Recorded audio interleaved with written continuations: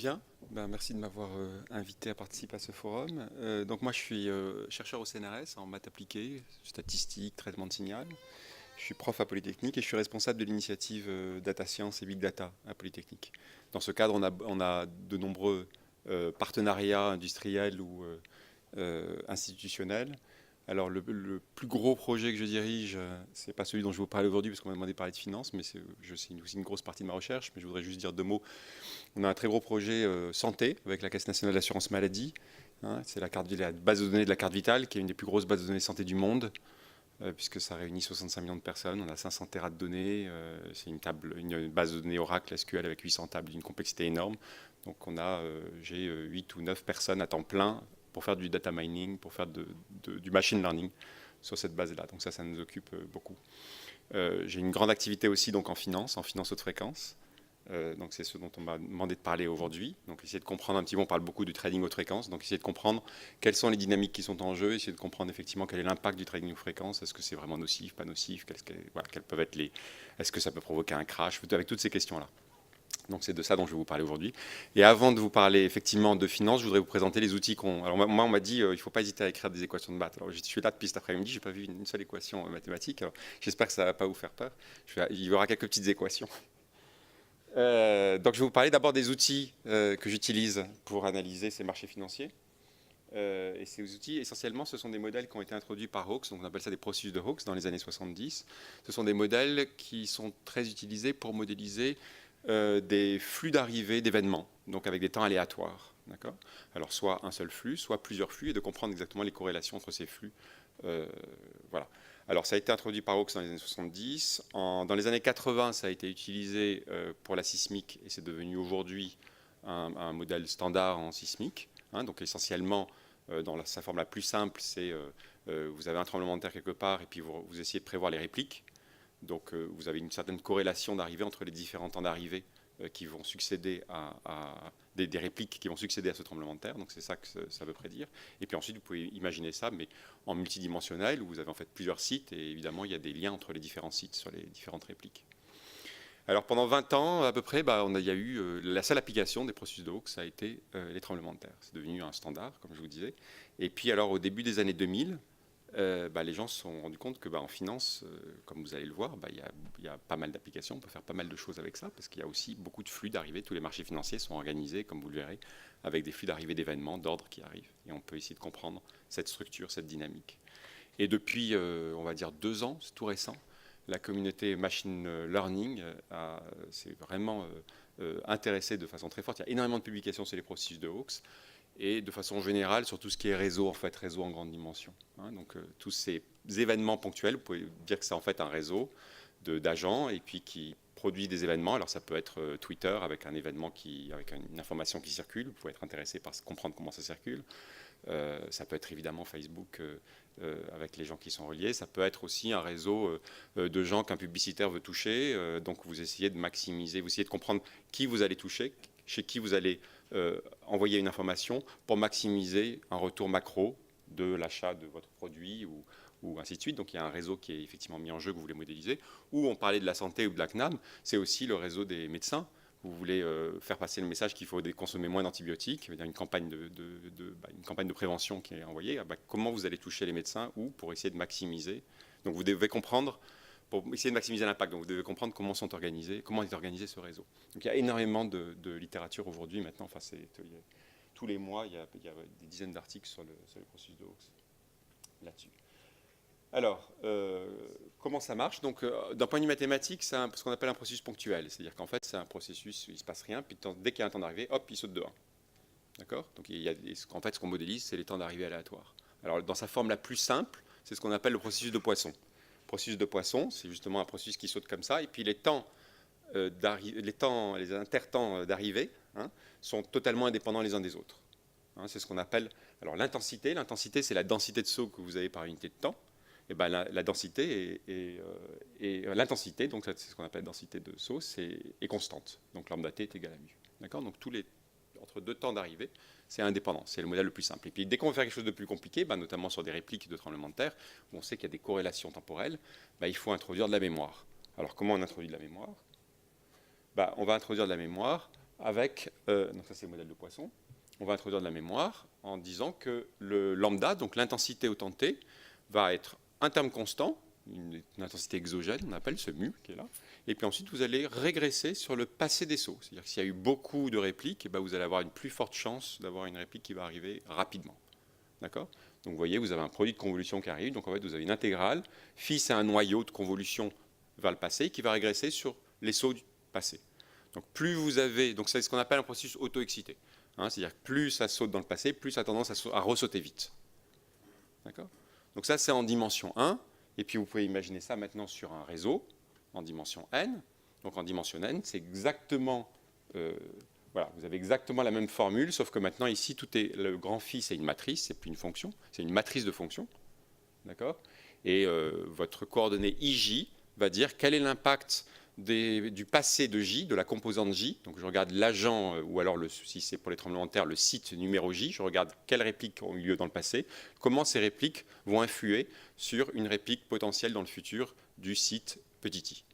D'accord ? Et donc vous avez des fonctions, donc vous avez une matrice de fonctions ici, donc ça fait quand même beaucoup de paramètres, surtout si on a beaucoup de sites ou beaucoup d'agents. Vous avez une matrice de fonctions ici qui vous indique exactement les corrélations que vous avez entre les différents agents. Voilà, donc ça c'est la formule générale. Alors, sur les processus de Hawkes, donc je vous avais dit, ça c'est les différentes applications. Et aujourd'hui, donc, il y a beaucoup de challenges, notamment toute la littérature. Ce sur quoi elle va s'intéresser, c'est essentiellement l'estimation de ces modèles-là, de l'estimation qui peut être paramétrique ou non paramétrique. Moi, vous allez voir, je vais vous montrer de l'estimation non paramétrique ici. Donc, on va estimer directement les fonctions. Et puis, évidemment, on a envie d'aller en très grande dimension. Donc, il y a deux axes, si vous voulez. Vous voulez multiplier le nombre de sites ou le nombre d'agents. Donc, elle est en très, très grande dimension. Et puis ensuite, sur chacun des sites, sur chacun des agents, éventuellement, vous avez beaucoup de données. Donc, vous pouvez avoir effectivement un problème de scalabilité en termes de, sur chaque agent ou sur chaque site, de grandes quantités de données. Donc, on peut, sur des situations réelles, si vous prenez des réseaux sociaux comme Twitter, évidemment, ce problème-là, il explose complètement. Enfin, on est dans des dimensions qui sont énormes, avec des quantités de données absolument gigantesques, qu'on ne sait pas encore, enfin, à la dimension Twitter ou Facebook, on ne sait pas encore traiter, évidemment, dans son ensemble, mais on commence à arriver maintenant à des algos qui savent tourner dans des dimensions très grandes. Alors, ce que je vais vous montrer, c'est en dimension relativement petite, mais ensuite, je vous dirai ce qu'on est capable de faire en dimension plus grande. Donc, on va parler finance maintenant. Alors, je ne sais pas si vous connaissez un petit peu comment sont organisés les marchés financiers. Aujourd'hui, tout est électronique. Il n'y a plus, comme dans les films, on voyait dans les années 80, les gens qui crient avec des bouts de papier dans les mains. Ça, c'est fini. C'est fini depuis pas si longtemps que ça, en fait, quand même. Il y en avait encore il n'y a pas si longtemps. Donc maintenant, c'est quoi ? C'est essentiellement des ordinateurs centraux qui centralisent tous les ordres de tous les acteurs sur différents produits. Et à la base de cette organisation-là, il y a un système qu'on appelle le carnet d'ordre. Alors, je vais vous expliquer rapidement comment marche un carnet d'ordre, mais comprendre comment fonctionne, quelles sont les dynamiques qui sont mises en jeu dans un carnet d'ordre, c'est fondamentalement différent. C'est fondamental, c'est très important pour beaucoup d'acteurs, beaucoup d'institutionnels sur les marchés financiers. Et c'est fondamental en priorité pour le régulateur, pour comprendre effectivement qu'est-ce qui se passe, comment on va réguler, quel va être l'impact d'une régulation. Donc là, on parle beaucoup de qu'est-ce qu'il faut faire pour essayer de freiner le trading haute fréquence qui est censé être extrêmement méchant. Donc déjà, il faut se poser la question de est-ce que ça fait beaucoup de mal, le trading haute fréquence, vraiment arriver à quantifier ça, et puis ensuite, comment est-ce qu'on arrête ? Ça, c'est des questions qui ne sont pas du tout faciles à laquelle on voudrait répondre. Mais évidemment, pour le bon fonctionnement des marchés, c'est aussi des questions qui intéressent beaucoup les apporteurs de liquidités, ceux qui mettent de la liquidité sur les marchés, les investisseurs. Il s'agit de rendre aussi quand même le marché fluide. Alors, une petite introduction à comment marche un carnet d'ordre. Essentiellement, le carnet d'ordre permet des échanges d'un produit. On va faire simple. Vous avez une action que vous voulez acheter ou vendre. D'accord ? On regarde une action. Donc, vous avez deux façons en fait, d'intervenir sur le marché. Une façon passive ou une façon active. Le passif, c'est de dire, moi, je suis prêt à acheter ou à vendre cette action à tel prix. Et puis, vous attendez. Vous publiez ça. Donc là, vous avez les publications. Donc là, c'est le prix. Ici, c'est l'axe des prix. Là, vous avez la publication des vendeurs potentiels. Et là, vous avez la publication des acheteurs potentiels. Évidemment, les acheteurs veulent acheter plus bas que les vendeurs veulent vendre. Et dès que ces deux choses-là se rencontrent, il y a un achat qui se fait. Donc ça, c'est les comportements passifs. Et puis, vous pouvez être agressif, c'est-à-dire que vous lisez une de ces annonces-là et puis vous dites, ah bah ça, moi, ça m'intéresse d'acheter à ce prix-là. Et donc là, vous agressez le marché. D'accord ? Donc essentiellement, il y a trois sortes d'ordres sur un marché financier. Vous avez, ça c'est ce qu'on appelle des ordres limites à la vente ou des ordres limites à l'achat. d'accord? Parce que vous dites je suis prêt à acheter jusqu'à cette limite de prix, c'est pour ça qu'on appelle ça notre limite. À tout moment, vous avez le droit d'annuler votre ordre limite, ça ne vous coûte rien. Et puis vous avez des market orders, des ordres d'achat ou de vente agressifs. D'accord? Donc il y a des ordres d'annulation, des ordres limites et des market orders, des ordres de marché, on appelle ça. Alors, il faut bien comprendre que ordre limite et ordre d'annulation, du moment où vous êtes abonné au marché, ça ne vous coûte rien. Donc vous imaginez la quantité d'ordres qui arrivent sur les marchés financiers, hein, parce que les gens, évidemment, vous voulez avoir un impact sur le marché, vous dites moi je suis prêt à vendre ça, puis dès que vous voyez que vous êtes prêt à être, en fait vous ne voulez pas vraiment vendre, il y a énormément de bluff, donc dès que vous sentez que vous allez être frappé, comme on dit, si quelqu'un va effectivement acheter votre produit, vous l'enlevez. Hein. Il y a un marché qui monte, vous voulez rassurer le marché, qu'est-ce que vous faites? Vous mettez un énorme ordre limite ici, avec 20 000 actions, en disant mais vous inquiétez pas, il y a plein d'actions à vendre. Et puis par contre, dès que le prix monte, hop, ces 20 000 disparaissent, en fait, parce que c'était que du bluff. Donc il y a énormément de phénomènes de ce type-là. Alors en pratique ici, je vais vous montrer un relativement petit exemple. Donc là, on a deux cours, c'est pas très intéressant. Voilà, c'est deux cours très très liquides, deux produits financiers extrêmement liquides. On a un an de données, des événements qui arrivent avec une précision de la microseconde. Okay. Et donc essentiellement, là, je vais avoir 8 composantes dans mon processus de Hawkes. Alors qu'est-ce que c'est les composantes? J'ai une composante qui est le prix. PA, c'est le prix va vers l'ASK, c'est-à-dire le prix va monter vers le haut. D'accord? PB, c'est le prix va monter vers le bas. A, c'est pour ask, c'est pour l'offre et pour la demande, bid et ask. PB, c'est le prix va descendre. Donc, chaque fois que le prix monte vers le haut, mon processus PA saute de 1. Chaque fois que le prix descend vers le bas, le processus PB saute de 1. C'est ça que ça veut dire. TA, c'est les ordres de marché à la vente. TB, les ordres de marché à l'achat. LA, les ordres limites à l'achat. LB, les ordres, voilà. Et donc, j'en ai 8 comme ça. Et les annulations à l'achat ou à la vente. Et donc maintenant, j'ai des processus qui sautent. Et maintenant, ce qui m'intéresse, c'est d'essayer de comprendre quels sont les noyaux. Donc, comprendre quels sont les noyaux dans le processus de Hawkes, c'est comprendre les causalités, les dynamiques d'interaction entre toutes ces choses-là, en dimension 8. Alors, en dimension 8, c'est relativement faible. On a une matrice 64. Mais si on fait de l'estimation non paramétrique, on a quand même 64 fonctions estimées. Si vous dites qu'il y a à peu près 1000 points par fonction, ça fait quand même, ou 100, ou 1000, bon, ça fait de l'ordre de quand même 60 000 paramètres, ou voilà, ça commence à être pas mal. Hein. C'est pas quand même non plus ridicule. Alors là, sur cet exemple-là, sur un cours, on a à peu près 100 millions d'événements. C'est pour vous donner des ordres de grandeur. Très rapide, je peux vous donner ensuite très, très facilement des exemples où on pulvérise ce genre de nombre. Alors, si on ne s'intéresse qu'à un cours, essentiellement, on va faire tourner ça sur du cluster multithreadé. Hein. Si on s'intéresse à beaucoup de cours, on commence à avoir beaucoup de données, on aura tendance à aller vers des clusters HDFS. Alors, ce qui est sympa, nous, à Polytechnique, c'est qu'on a un peu toutes les compétences, parce qu'on a pas mal de projets assez différents. On fait du C, vraiment Core, on fait du C++11, on fait du Python, mais on fait du Scala, on fait du Spark, on fait du Java. Enfin, voilà, on a un peu toutes les compétences, donc on peut monter facilement. Alors, par contre, il y a une compétence qu'on n'a pas encore et qu'on commence à voir apparaître de plus en plus dans le monde du machine learning, c'est l'FPGA. Alors, je crois qu'on n'en a pas trop parlé aujourd'hui. Je ne saurais pas trop en parler, mais je pense que c'est intéressant au moins de citer le nom, parce que clairement... Microsoft a racheté Altera. Enfin bon, clairement, le FPGA va devenir en machine learning quelque chose de tout à fait essentiel. Certains disent que ça va même remplacer le GPU. Ça, je ne suis pas spécialiste de deep learning, donc je laisserai les gens de Facebook répondre à cette question-là. Mais il y a des bruits comme quoi ça pourrait remplacer le GPU. Ça a pas mal d'avantages par rapport au GPU. Alors voilà un exemple de résultat. Je vous montre comment est-ce qu'on lit ça. Donc ça, c'est un actif, ça, c'est un autre actif. On va se concentrer sur celui-là, par exemple. Donc ici, c'est mes 8 composantes. Donc le prix qui monte, le prix qui descend, un ordre de marché à l'achat, à la vente, un ordre limite à la vente, à l'achat, et ainsi de suite. Et ça, c'est une flèche de causalité. C'est-à-dire qu'ici, ça, c'est le passé, et ça, c'est le futur. Ça veut dire quoi? Ça veut dire que si ici, j'ai... donc le rouge, c'est très fort, le bleu, c'est au contraire très faible, c'est négatif, donc il y a un effet de frein. Donc ça veut dire que, par exemple, ici, quand il y a un prix... Quand le prix descend, dans le passé, il y a une très forte, ça augmente énormément la probabilité qu'il y ait un mouvement de prix vers le haut ensuite. D'accord? C'est comme ça qu'on lit ça. Donc ça, c'est le passé et ça, c'est le futur. Et là, par contre, ça freine des trades à la vente. D'accord? Voilà. Donc c'est comme ça qu'on lit ce genre de choses. Et donc je vais vous faire une petite lecture rapide. Hein, il ne s'agit pas de faire quelque chose de trop technique là-dessus. Et il faut vraiment voir ça pas comme de la corrélation. Là, c'est vraiment une causalité qu'on a réussi à extraire des données. Hein, au sens même Granger ou quelque chose de ce type-là. Donc la première chose qu'on remarque, c'est vous voyez, vous avez plein de petits carrés et au milieu, et tous, si vous regardez dans chacun de ces carrés-là, vous avez quelque chose qui est symétrique. Hein, vous avez une matrice de 2 qui est symétrique. Donc ça veut dire quoi? C'est assez naturel, c'est qu'en fait, sur les actifs que j'ai pris, monter ou descendre, acheter ou vendre, c'est symétrique.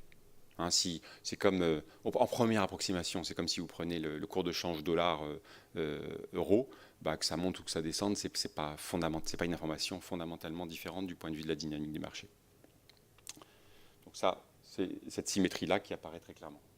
Alors ensuite, on peut, c'est ce dont je vous parlais tout à l'heure, c'est-à-dire que voilà, ce que vous voyez, c'est que un prix dans le passé, si le prix descend, vous voyez que dans le futur, il a tendance à monter, et évidemment, vice-versa. Donc ça, c'est quoi? C'est un phénomène extrêmement connu, qui est que, effectivement, à haute fréquence, vous avez un phénomène de retour à la moyenne. Il y a une sorte de stabilisation, c'est-à-dire que 9 fois sur 10, même 99 fois sur 100, quand votre prix vient juste de descendre d'un petit tic, hein, c'est pas grand-chose, vous savez qu'il va remonter. Et même si vous êtes à 99,9% de chance de ça. Alors ça ne vous permet pas de faire d'argent, hein, parce que vous avez des frais de transaction qui... Vous ne pouvez pas arbitrer cette chose-là. Mais ça, c'est quelque chose de très, très classique et qu'on retrouve très naturellement ici, sans a priori. Alors ensuite, qu'est-ce qu'on voit? Si on regarde sur la diagonale, vous voyez que ici c'est antidiagonale, mais tout cela sont diagonales. Ça c'est quoi par exemple? Ça veut dire que quand il y a un ordre de marché à l'achat, donc un ordre agressif, ce que j'appelle ordre de marché, c'est quelqu'un qui dit moi je veux acheter, et il prend, il achète tout de suite. D'accord?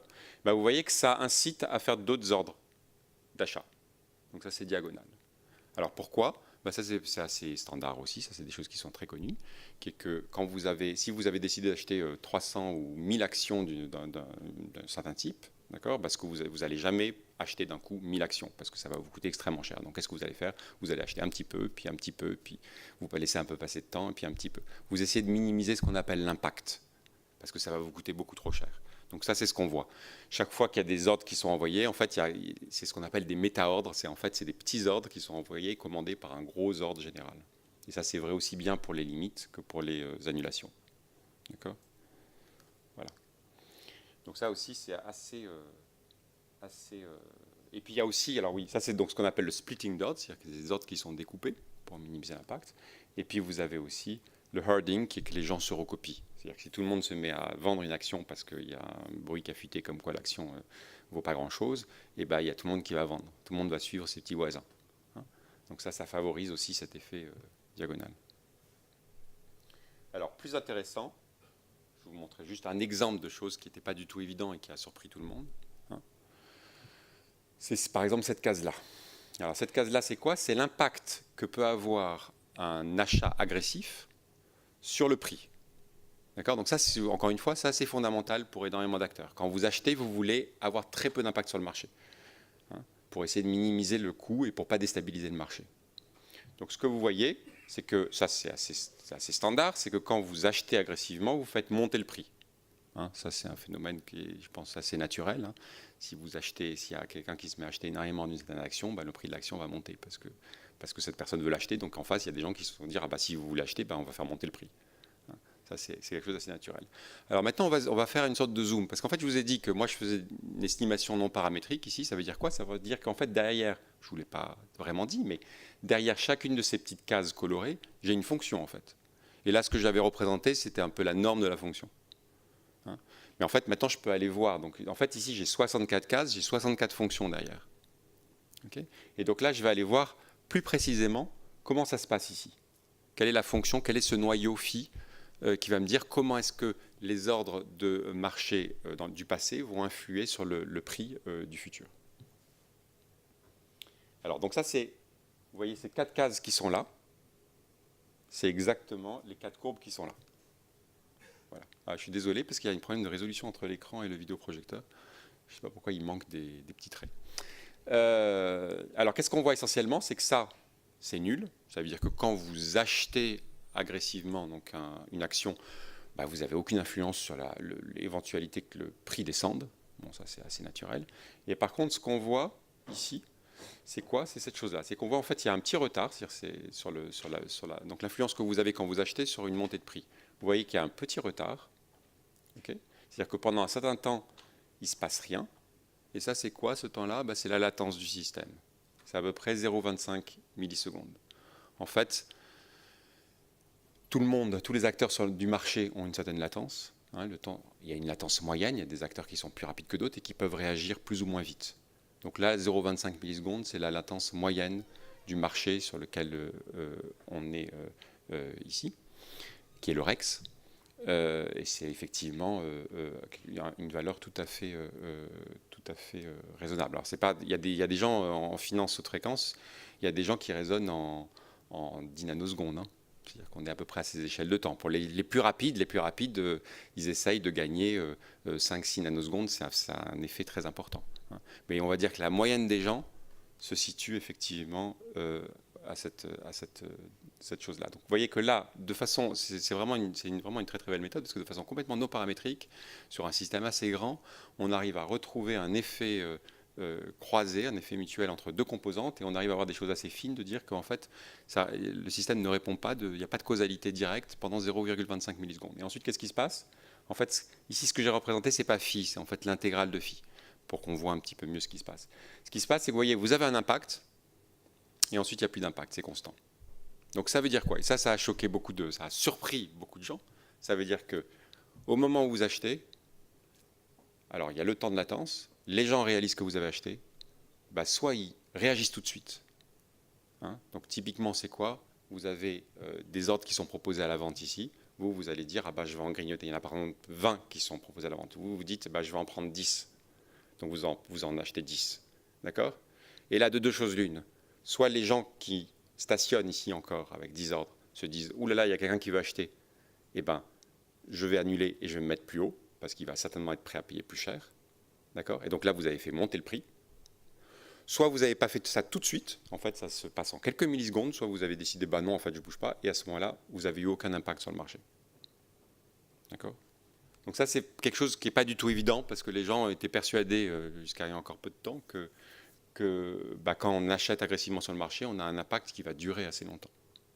Hein, là, en fait, on dit, non, on a soit un impact, on a un impact tout de suite, soit le marché a totalement oublié que vous avez acheté. Hein, donc ça implique pas mal de choses du point de vue du trading, du point de vue effectivement même de la régulation, de comment est-ce que vous voulez freiner le trading haute fréquence ou ce genre de choses. Bien. Il me reste combien de temps encore? 5 minutes. Parfait. Alors là, j'ai parlé de dimension 8. On peut aller en dimension 24. Alors, en fait, là, j'ai fait des événements extrêmement simples. Vous voyez, j'avais des événements, il n'y avait pas de... En machine learning, on parle de features, ils n'étaient pas marqués, ces événements. C'est-à-dire que c'était des événements, sur une composante, les événements, c'était tous les mêmes. Enfin, c'était de même nature. D'accord? J'avais mes événements, le prix monte. Voilà. Je ne vous ai pas dit le prix monte beaucoup ou peu, par exemple, parce que quelquefois, le prix peut sauter de plus d'un tick. Bon. Et puis, quand je vous ai dit, il y a un ordre de marché qui arrive, il y a un ordre agressif qui arrive, je ne vous ai pas dit quelle taille il avait. Donc en fait, on aurait envie de marquer ce processus d'une certaine façon. C'est-à-dire qu'on aurait envie de dire, mais non, mais en fait, chaque événement, il a aussi quand même une marque qui est à lui. La façon la plus simple de traiter ça sur les processus de Hawkes, c'est pas du tout de marquer, c'est de passer en plus grande dimension, de dire, c'est simple. J'ai des ordres de marché avec des volumes de 1, de 2, de 3, de 4, et je vais faire autant de composantes que j'ai de volumes possibles. D'accord? Et donc là, vous voyez qu'on va dans des très grandes dimensions. Donc là, c'est ce que j'ai fait ici, sur un actif, mais là, on a découpé les volumes. Alors, on a découpé les volumes, je ne vais pas vous expliquer comment, mais c'est juste pour... Voilà, ça ressemble à ça. Donc là, on est en dimension 24, c'est-à-dire, si on considère qu'il y a 100 points par fonction, on doit être à plus de 100 000 paramètres. Hein, là. Voilà. Et là, même chose, on arrive à lire ce genre de choses, on arrive à comprendre quelles sont les influences. En fait, vous allez voir qu'évidemment, quand il y a un gros achat sur une grosse quantité qui arrive, il y a un impact qui est plus fort que s'il y a un petit achat, et puis on comprend bien les dynamiques. Ça, c'est sur un actif. Maintenant, vous dites, j'ai envie de faire tout le CAC 40, vous multipliez ça par 40, au carré, parce qu'il y a tous les crosses, et puis là, vous explosez. Hein. Aujourd'hui, on sait faire, alors en non paramétrique, on ne sait pas monter à des dimensions 10 000 sur 10 000. Hein. En paramétrique, on commence à arriver à des dimensions relativement grandes, mais ça pose encore beaucoup de problèmes techniques. Mais potentiellement, c'est des choses qui sont extrêmement importantes. Il y a énormément d'applications à ce genre d'algorithmes, hein, parce que ça permet de comprendre des interactions entre... Alors là, en fait, derrière, il y a des agents. Hein. ou c'est des assets, ou c'est je vous dis encore une fois, ça peut être des réseaux de médecins ou quoi que ce soit. Et en fait, là, nous, on travaille sur une base de données qui est maintenant avec des identifiants. Donc maintenant, on a pour chaque ordre un numéro d'identifiant de l'acteur qui agit. D'accord ? Donc là, maintenant, on peut aussi regarder les interactions, c'est-à-dire que les gens effectivement se copient, se regardent. Est-ce qu'il y a des acteurs qui sont plus regardés que d'autres? Est-ce qu'il y a des effets moutonniers? Vous regardez le flash crash, est-ce que c'est généré par une personne que tout le monde ensuite a suivi? Voilà, c'est ce genre de questions qu'on peut se poser grâce à ce genre de technique. Voilà, écoutez, je vous remercie si vous avez des questions.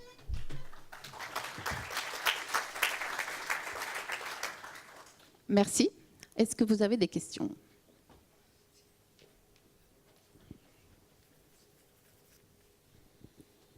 Oui, vous nous avez bien expliqué donc les mécanismes, mais tout ça ne devrait-il pas être self-consistent au sens où vos acteurs apprennent de vos résultats? Et les acteurs du marché apprennent de vos résultats et donc il faut qu'il y ait une espèce d'autocohérence. Oui, les marchés aujourd'hui sont quand même très efficients justement. C'est-à-dire que là, quand il y a une nouvelle information qui arrive, elle est tout de suite très rapidement digérée par le marché et on arrive tout de suite à un point d'équilibre assez rapidement. C'est pour ça que je dis que c'est autocohérent. À mesure que vous analysez, le résultat de vos analyses doit influer sur le processus. Pas forcément, parce que là, les analyses que je donne, ça dépend de quel point de vue vous vous placez. Si vous placez du point de vue du régulateur, oui, ça pourrait influencer le régulateur de dire maintenant je vais décider de comment réguler. Mais ça, c'est un acteur très très particulier, le régulateur. Maintenant, si vous êtes un investisseur, en tout cas, ce que j'ai expliqué ici, les conséquences ne sont pas forcément évidentes à intégrer. Là, pour l'instant, ce que je vous ai fait, c'est une description des dynamiques, mais je ne vous ai pas encore parlé de comment vous pouvez les intégrer dans une stratégie d'investissement, dans une stratégie d'optimisation d'exécution d'ordre. Et ça, c'est quand même une autre paire de manches.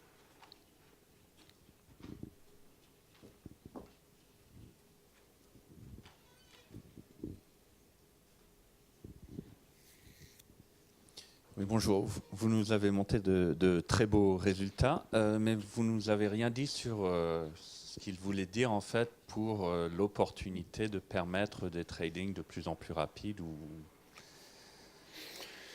Ah, vous voulez une conclusion sur... Un peu ou une perspective. Une perspective. Je vais vous donner un avis très personnel. Je n'ai pas encore de conclusion définitive, donc j'ai une sorte j'ai un avis de ce... Je pense des choses, mais il faut que je les confirme encore et je ne sais pas encore confirmer. J'aurais tendance à penser, alors sur le trading haute fréquence, puisqu'on en parle beaucoup, j'aurais tendance à penser que le trading haute fréquence, s'il est néfaste, il est néfaste exclusivement parce qu'il y a des gens qui se font un petit peu d'argent et que cet argent pourrait servir à autre chose. Maintenant, le trading haute fréquence n'est pas, je ne pense pas que ça soit la cause de crise ou de choses comme ça sur les marchés financiers. J'aurais tendance à penser que ça ne déstabilise pas du tout le marché financier. Par contre, peut-être que ça ne sert à rien, en fait. Dans le pire des cas, j'aurais tendance à dire que ça ne sert à rien, et donc il y a des gens qui font de l'argent, et cet argent, peut-être qu'il pourrait servir à autre chose qu'à faire du trading de fréquence. Maintenant, sur comment réguler, il y a plusieurs façons, il y a plusieurs choses qui sont proposées par pas mal d'académiques, dont on travaille aussi dessus. J'aurais tendance à penser que la façon la plus simple, il y a une chose extrêmement mécanique, extrêmement simple, c'est de régler ce qu'on appelle la taille du tick. C'est-à-dire qu'en fait, quand vous avez une action, vous permettez à l'action d'être cotée à différents prix, et puis il y a un intervalle minimum d'augmentation de ce prix-là. C'est ce qu'on appelle le tick. En fait, au lieu d'intervenir directement sur... Il y a pas mal de gens qui disent qu'il faut réguler en empêchant aux gens de jouer trop vite, etc. Mais c'est extrêmement compliqué à faire ça. En fait, il y a une autre façon qui est de prendre la chose de façon duale, c'est de dire, en fait, le prix, on va le discrétiser de façon plus grossière. Or, quand vous êtes un acteur haute fréquence, vous faites des allers-retours, vous achetez et vous vendez extrêmement rapidement, ce que vous gagnez en moyenne est extrêmement petit. C'est on va dire, sur une action comme ça, ça peut se chiffrer en centièmes de centimes, ce que vous gagnez, et vous le faites énormément. Donc, si vous interdisez au prix d'être coté de façon très très précise, en fait, vous tuez cette activité. Voilà, donc ça, c'est une solution qui est en fait extrêmement... Alors, par contre, il faut que le régulateur ait la force et le pouvoir, parce que les marchés financiers, c'est des sociétés privées quand même, et c'est eux qui fixent la taille du tick. Donc ils ont quand même aussi intérêt à ils ont intérêt à ce que la haute fréquence soit là. Donc ensuite, il y a un jeu de pouvoir qui est un petit peu compliqué. Juste une question. Mais tout ça est fait par des algorithmes, n'est-ce pas? Ce n'est pas les humains, ce n'est pas les femmes et des hommes il y a de tout. Il y a de tout. Il y a beaucoup d'algorithmes, mais quelquefois, ceux qui pilotent les algorithmes et qui vont lancer les ordres, qui vont quelquefois, les lanceurs de en général, les lanceurs de méta-ordres sont des humains. Et ensuite, il y a des algorithmes d'optimisation, de découpe. Et puis, il y a encore des traders qui travaillent et qui regardent et qui font du bluff à la main. Hein. Ça existe encore, ça. Très bien. Une autre question? Une dernière? Très bien. Ben, merci beaucoup, Emmanuel.